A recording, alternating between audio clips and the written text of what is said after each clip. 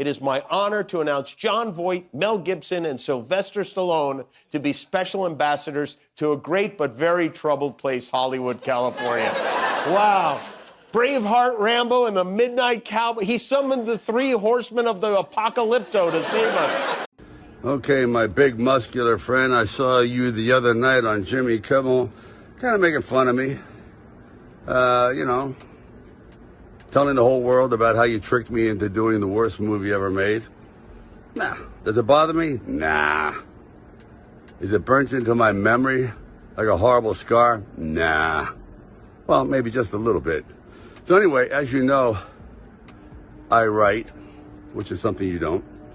Oh, did I say that?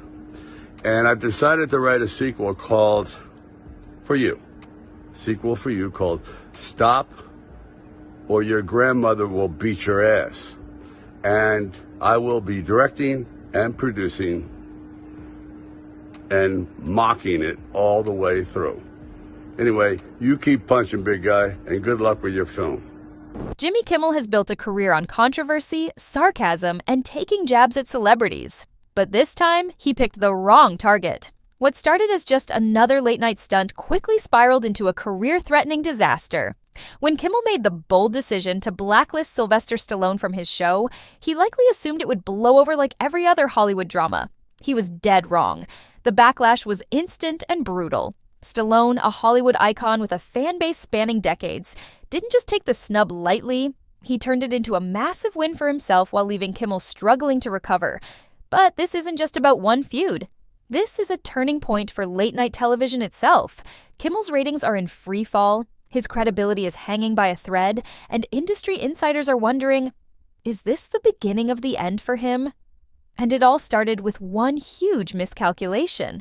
For years, Jimmy Kimmel has been known for his edgy humor and politically charged commentary, often taking aim at public figures who don't align with Hollywood's mainstream narrative. But this time, he took things a step further. A leaked internal memo from ABC exposed something shocking. Kimmel had intentionally excluded Sylvester Stallone from his show. The reason? Stallone's recent outspoken criticism of Hollywood's obsession with political correctness. Instead of playing it safe like many celebrities, Stallone had openly called out the industry's fixation on trends over real storytelling, saying that creativity was being suffocated. Kimmel's team apparently saw this as a problem and decided that featuring Stallone might alienate their core audience. The decision wasn't meant to go public, but once the memo was leaked, Hollywood insiders started talking, and it wasn't long before social media erupted in outrage. Within hours, the internet was buzzing. Team Stallone was trending, memes mocking Kimmel were everywhere, and fans were demanding an explanation. Some insiders claimed Kimmel tried to justify his decision privately, but others believed Stallone's camp had leaked the memo on purpose. One thing was clear, the damage had been done. When George Washington defended his country, without him, you can imagine what the world would look like. Guess what? We got the second George Washington. Congratulations! I guess those punches Rocky took to the head were real after all. George Washington was the father of our country. Donald Trump is the father of Eric. Big difference there. But here's where things got really interesting. Most celebrities, when faced with Hollywood gatekeeping, either apologize or quietly move on. Not Stallone. Instead of begging for a seat at Kimmel's table, he flipped the script entirely. Rather than fighting back with angry tweets or public statements, Stallone took a different approach. He used alternative media to his advantage. Within days, he was featured on massive independent platforms like the Joe Rogan Experience and the Greg Gutfeld Show. Platforms that draw millions of views and allow guests to speak freely without Hollywood's restrictive oversight. The result? It was a massive success. Stallone's interviews went viral. His popularity skyrocketed, and suddenly he was getting more attention than ever before, without needing Kimmel or late-night TV. Meanwhile, Kimmel was left scrambling as his audience began questioning his credibility. And the worst part? Stallone wasn't done yet. The backlash wasn't just an internet storm. It had real-world consequences. Kimmel's ratings had already been declining for years, but this controversy made things 10 times worse. The late-night host, once seen as a household name, was now being viewed as out of touch and desperate. Advertisers started pulling back, ABC executives grew frustrated, and internal reports suggested that Kimmel's future at the network was under serious review. Social media only added fuel to the fire. Twitter and Instagram were flooded with memes, with fans labeling Kimmel as a corporate mouthpiece disconnected from real conversations. Viewers were tuning out, preferring authentic discussions on independent platforms over Kimmel's heavily curated content.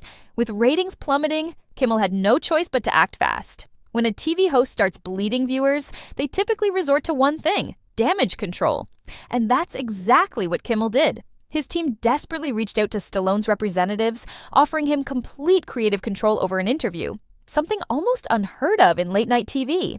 They even offered extended airtime, hoping to smooth things over. But here's where it gets humiliating. Stallone rejected every single offer. He didn't need Kimmel's platform anymore. If you get close, I will break your jaw. I mean, I'm just telling you right now. I don't want to hurt you. I like you. You're tall, good looking. But you're now... Stop. Ow. This is what it said. He had outgrown it. Instead of crawling back for validation, he doubled down on his alternative media strategy. And that rejection, it was the final nail in the coffin. Kimmel was now publicly exposed as a host who needed celebrities more than they needed him. Here's the thing. This wasn't the first time Kimmel had burned bridges with Hollywood A-listers.